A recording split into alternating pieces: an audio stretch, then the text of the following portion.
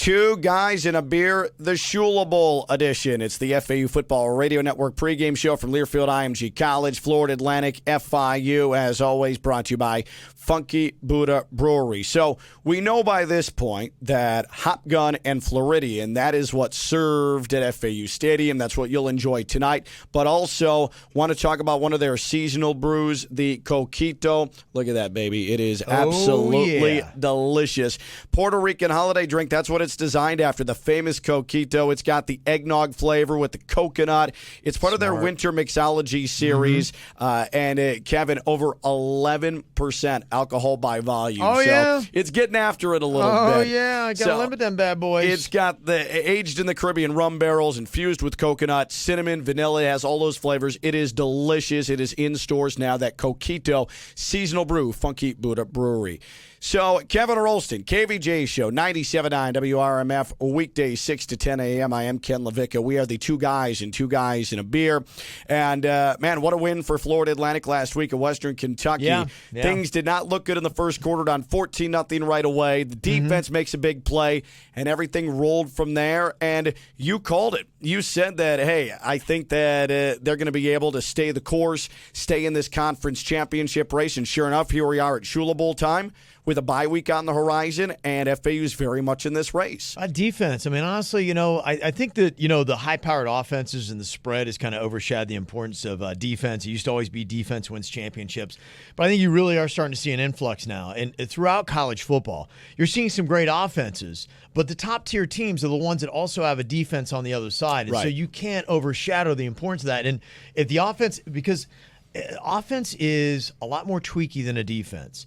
If the offense is not clicking and things just aren't humming for whatever reason, you don't even know why. Maybe they threw a different defensive look at you or something like that. If you got a solid defense, they can at least hold things down until the offense figures out the game plan and what they need to do and the adjustments they have to make, and that's what FAU showed you last week. With Florida Atlantic, and this has been the case since Lane Kiffin showed up, it's always, what's the offense doing? How is the offense helping this team win? But this is a Florida Atlantic defense that is 7th in the nation in turnover differential. I mean, they have done a great job of picking off passes or forcing fumbles, and Saturday was case in point in some dire moments of that game. You get huge defensive plays, and I think that's an underrated aspect of FAU's success this year. Yeah, and I mean, didn't they start out with in a huge hole when it came to the differential, that Buckeye game? Weren't they like 4 turnovers deep, pretty quick? It was pretty quick, yeah. Yeah, and I mean, so they've made up a lot of ground. That's a high, they made up a lot of ground since game one. They didn't put them in the right spot in that differential category. So Florida Atlantic and FIU rivalry game, and you know as well as anybody, the massive college football follower that you are, no matter what the rivalry is. Yeah. Both teams feel it's the same stakes. The feeling of an Ohio State-Michigan is the same feeling for the players as an FAU-FIU. This is massive tonight to get through this, maintain your goals as the heavy, heavy favorite in this one. It's always tough for the favorite in these. Look just back to last year. The roles were reversed last year. You're right. And that's just it. I am so nervous. I hate to ever be the favorite going into a rivalry game because you have everything to lose. And the other team is just like, look, we just want to ruin their season. Right. And FIU is coming into FAU Stadium saying, I mean, not only are we the underdogs in this, we're not expected to do this, we got to play an away game. You hate that the juice is probably flowing to FIU in this. And so FIU, not that you're not going to be paying attention to this, but you just hate this rivalry setup. I'm with you. I don't like being the favorite in the Shula Bowl. I've never felt good about that, and Florida Atlantic has dominated FIU and has generally been the favorite, but it's still, I don't love the feeling every single time it happens. Two guys and a beer, brought to you by Funky Buddha Brewery. Again, the Coquito seasonal brew. This thing is delicious. It's got the Caribbean rum infused with coconut, cinnamon, vanilla, all those flavors in a delicious seasonal brew. Get it in stores now, Funky Buddha Brewery. So your guy Chase Young, the outstanding defensive end, someone who's in the conversation for the Heisman Trophy, Defensive Player of the Year. He is not going to play against Maryland, and it could extend further. There's an issue with the NCAA.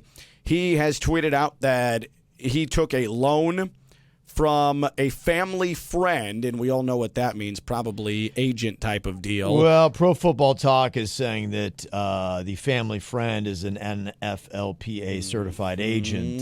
So that will be the question, who that family friend exactly was and what their title is. And so Chase Young says that he paid the loan back. I have read that if there's proof that he paid this loan back last year, this occurred last year, then Rumors I've heard is it was to get Mama to the Rose Bowl.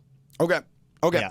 $3,000, I believe. Now, in my mind, I hate the fact that kids get dinged for stuff like that, but I understand it's the rules. Fine. But this is a potential problem for Ohio State. Chase Young is a sensational player, as we said, one of the tops in the nation. I don't know if it completely derails their season, but it's a very, very inopportune time for a distraction with Penn State coming up 2 weeks from now. Yeah, no, it's tough to have to deal with this. Luckily you got Maryland this week and you got Rutgers next week, and it'll be interesting to see exactly what happens with this. A lot of people right now think that the NCAA is just crawling all over Ohio State, and that's not the case as of yet. This is Ohio State's own compliance department that's suspending him for one game that has dug up this information. The NCAA is trying to get out ahead of it. Yeah, absolutely. Because, with going all the way back to Jim Tressel and tattoos and issues like that. Trying to show they're the good citizen here. Ever since that happened, Ohio State has a very diligent compliance department. Yeah. But it is very tough. I've seen this. I've been in the inner workings. There's a hotel where the players stay on Friday nights, and there are boosters and there are players' families that are there, and they're all mingling. And I've seen this network happening at Ohio State. Chase Young's mom and family is there on Friday nights. They're sitting down in the lobby close to where the bar is. Sure. There's a lot of interaction happening with alumni. Sort of a dangerous environment. There is alumni staying on the same floor that the players are staying on. And I was in one of those rooms where for a while, you were able to kick the doors open. It was like, watch the players walk by. Sure. And then Urban Meyer last year started to be like, I want these doors shut, because these are the kind of things they're faced with, just any kind of interaction. And Ryan Day this year, I went up for the FAU game, stayed in the same hotel, and Ryan Day, not even messing with it. They came up, security came to us because we kicked the door open, and they're like, all doors have to be closed at all times. Wow. That's a Ryan Day thing. He's not messing around. So he's even stricter than Urban Meyer was at times with this, because this is just the environment that they're in. And I got to tell you, Chase Young is a very friendly dude. You would love him. You would love for him to marry your daughter. He's a fantastic human being. I think a little bit naive when he stepped into it. I don't think he ever did anything to mean any wrong. No, this wasn't malicious, I don't think. But just, and having talked to him and seeing interactions with him, he was just like, wow, this is so cool, and blown away by it. Probably, what might have happened here that could have been an infraction is stuff that he just doesn't even know. And this, by the way, it looks like whatever this infraction could have been, and it may not even be necessarily defined as an infraction, is something that they're talking about would be legal with what's going to be happening in branding, 2021. likeness, all that. Exactly. All this kind of stuff would be fine. If this were 2021 or whatever, then we're going to be fine with our 2023. We're going to be fine with what's going on with Chase Young. You know what's frustrating to me about this, though, is that it is a grown-up, an adult. And Chase Young is a grown man. I understand that. But there is someone who is a wise adult who, if you're an NFLPA sanctioned agent, you've gone through the classes. You understand the separation. You understand what you can do and you can't do. And if the NFL has sanctioned you, you have had to pass course after course after course. And this is a guy who did something knowing that it could get Chase Young in trouble. Yeah. And then we're going to sit here and we're going to judge Chase Young on all of this, because he's the name, he's the face, he's the subject of this. And meanwhile, we'll search for this agent, but this agent is the one. I don't want to hear how this is Chase Young's fault. This agent put Chase Young in a terrible situation and got him in trouble, and I hate that. Well, as a Ohio State Buckeye fan, I'm looking at this and I'm trying to figure out what the precedent might be moving forward. And this could be for any team out there that has a top-tier player, because last year, Ohio State's used to this because our defensive end, Nick Bosa, he's doing all right now for the 49ers. Yeah. He goes down after game 3, and he doesn't play the rest of the year, and he plays it safe and goes to the NFL, and he winds up a high draft pick, and he's doing fantastic. He might win the defensive MVP award this year, certainly Rookie of the Year. So there are some people that are saying, as far as Chase Young, the individual, shut it down. Get out.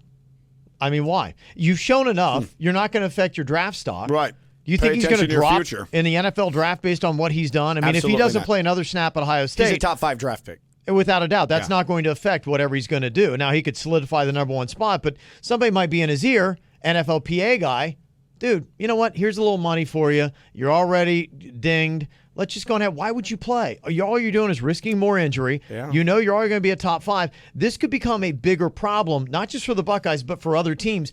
When you've seen a player of this caliber show you enough, last year, Nick Bosa showed you all you need to see in 3 games. Right. He had enough film. Didn't affect his draft stock. Exactly. Chase Young has played enough football this year.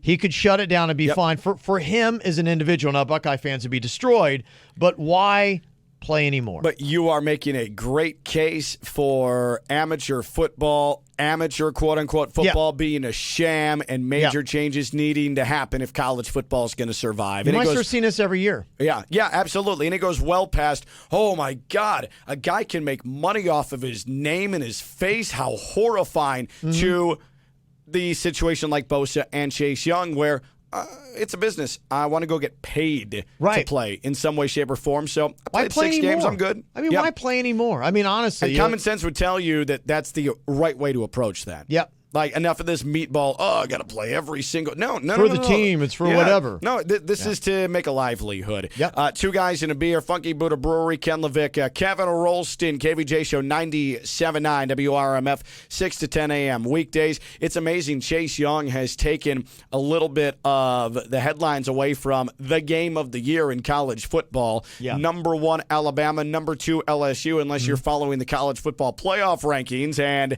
it's 2 versus 3. It doesn't even matter because whoever wins this game is going to be number 1 next week. So it's almost like, to me, what I thought was interesting about looking at the college football playoff rankings, it's almost like they were appeasing to certain fan bases knowing what's going to come in further weeks. So if you wanted the Ohio State fans who were going to be all upset that you put LSU at number 1, here's what we do, guys. Make the Buckeyes number 1 this week. LSU or Alabama wins. Clearly, you got the defense to put them back at number 1. Ohio State can't complain. So there was some strategy that happened in those rankings. If you really dig to the second layer of why certain teams or other places, that's why the Buckeyes are 1, but they clearly will not be next week.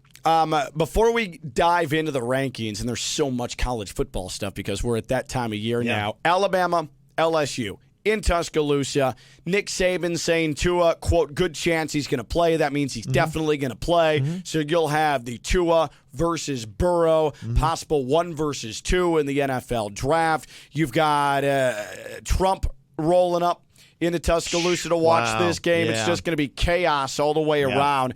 This is such an evenly matched game, and what's so crazy about it, and Lane Kiffin made the point to me last night, think about 7 years ago. 9-6 LSU wins in Tuscaloosa, which was a preview of the eventual BCS National Championship game. This is going to be a far cry from that. We're talking a game in the 30s or the 40s, 2 high-powered, incredible offenses going at one another. Yeah, it's going to be a fun game to watch. And the big question is, Tua's playing, it's how effective is he going to be? Like, where is he now? Because you don't get that answer. Tua's at 80%. Tua's at 90%. He's not going to be 100%. I mean, he had a surgical procedure. Yeah. That's significant. And we know just based on last year what he was after 4 weeks of it. He's got less time this time, and he wasn't 100% last year on more rest. So you're not going to see 100% Tua, and how much is that going to affect? It's going to be getting the ball out quick to the fast receivers, and it's going to be yards after the catch, and that's going to be the situation with LSU. Their secondary, they're going to be able to hold what they're going to be able to do in the passing game. Saw a number yesterday. Tua against top 25 ranked defenses. Numbers are fantastic. Yep. Burrow, meanwhile, has struggled against top 25 ranked defenses in his career. How much does that ankle injury matter? I really, truly think that's what all of this comes down to on Big time. Yeah. It really Tua's ankle. Who knew that was going to be the key to seeing who goes to the college football playoff? I do think, though, and let's get into the playoff rankings, whoever loses this game is not even close to dead getting into the Final Four and getting into a college football semifinal. There's a very easy path for either of these teams. We saw Alabama get in despite not going to the SEC title game a couple of years ago. It is certainly very much there for them. We have these ranking shows because it's all promotion. Sure. ESPN wants TV ratings. They want a month build up for it. Yep. It means nothing that Clemson's on the outside looking in right now and Penn State's in because Penn State's going to play Ohio State, obviously LSU and Alabama. Yep. We've got all of these games still to play. That meant nothing on Tuesday. No, yeah. And anybody, like when I saw people like fighting on Twitter, like ferociously after the game, I'm like, about it? Stupid. Yeah, you are completely wasting your time right now just even talking about this because it doesn't matter. You never know. I mean, 2007, there was mass chaos. The final night of college football with Pitt beating West Virginia, who thought they were completely Kansas State losing to Texas A&M. Yeah, so you just never know. I mean, let all the chips fall, and that includes, the conference championships. And then you can fight over that one. But until that one comes out, you shouldn't even ever look or worry. You may see some inclinations that the committee has and what they feel about certain, strengths of schedule or how teams are playing at this point. But that's it. There's nothing to write into the finality of it at all. Speaking of chaos, can we go back to, and I mentioned Kansas State, that actually was 99, and so I do want to go back to that just with chaos from a college football fan standpoint. So 99, you remember, it was UCLA playing Miami, rescheduled hurricane game down at the Orange Bowl on the final day of the season, and you also had Kansas State playing Texas A&M, and there were a couple of different scenarios that could take place because you also had Tennessee on the outside looking in and all these things. So UCLA loses to Miami down here. Cade McNown and company. Miami beats them, and that set the tone for the next season for Miami. And then Kansas State with Michael Bishop. I mean, they were rolling. They were going to be in the national title game. Then Texas A&M ends up beating them in the Big 12 title game, and we get a Tennessee-Florida State BCS national championship you never know. game. It's insane. So there's just so much football left to play. And again, all it takes is a win over Georgia in the SEC title game to eliminate Georgia from any contention, any talk of anything. That loss to South Carolina looks bad now. And I think LSU and Alabama, no matter who loses, could clearly find their way in because, one, it's the SEC, and two, their strength of schedule always comes into play. We got to keep an eye on what's going on in the Big 12. You got to see what's happening there with Oklahoma. Look at the fringe, too. The Pac-12, maybe take a little peek with Oregon, Utah, what happens there. I mean, some things have to play out a certain way to make that work. But, yeah, you've got those kind of things that could play in. One thing that I do want to talk about was last week, remember we were talking about Miami, Florida State? Yeah. And I'm like, this is actually going to be a very big game. I mean, you're not looking at for what it's going to be Didn't for know this it meant season. the future of one of the coaches, the immediate future. I'm telling you, I had a feeling that it's really, you're going to see the state of one program over the other. Somebody's going to walk away feeling great and feel like we're heading in the right direction. The other one is going to feel like, okay, everything fell apart, and obviously that way with Florida State. Boy, did it. And they're talking about Deion Sanders now.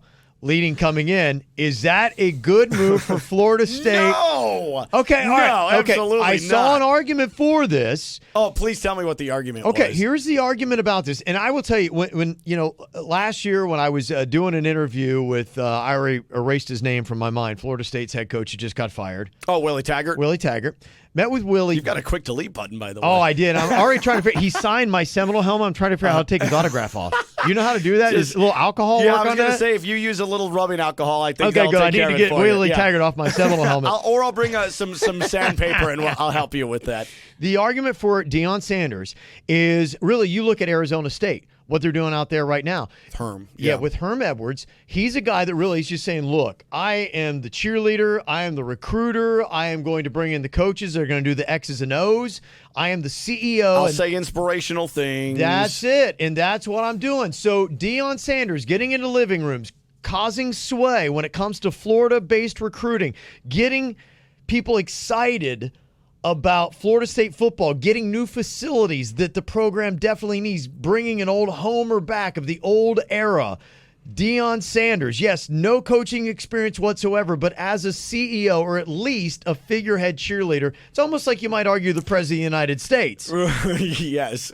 Could that work with Deion Sanders as the CEO, and you bring in basically somebody that's the real head coach underneath him? Which is basically what Jimbo Fisher was underneath Bobby Bowden for the last 4 or 5 years of that thing. Absolutely. So why not? And will we see this more often in college football, where you have got the overall CEO, You've got a figurehead and a coach? Because you need Urban Meyer as a psychologist, a motivator. And what a head coach really is turning out to be is somebody that hires a good strength coach, hires the good offensive and defensive coordinator, and the rest of it, he's shaking hands, he's motivating boosters, and he comes out and he gets the players fired up, and he works on the psychology of them. That's what a head coach is now. Why wouldn't Deion Sanders work? It's an interesting point, and Nick Saban is that now. I truly believe that at Alabama. Yes, he's involved in the coaching, but he really is more of the face of the program, and he has all the best assistants, and that's why they get head coaching jobs every year. So here's my argument to counter Deion comparison to Herm. I mean, Herm Edwards has an extensive, lengthy coaching career. I mean, a guy who at least understands the process of putting together a coaching staff and how to communicate with that and how to apply that to the players. Meanwhile, Deion, he's quippy on the NFL Network.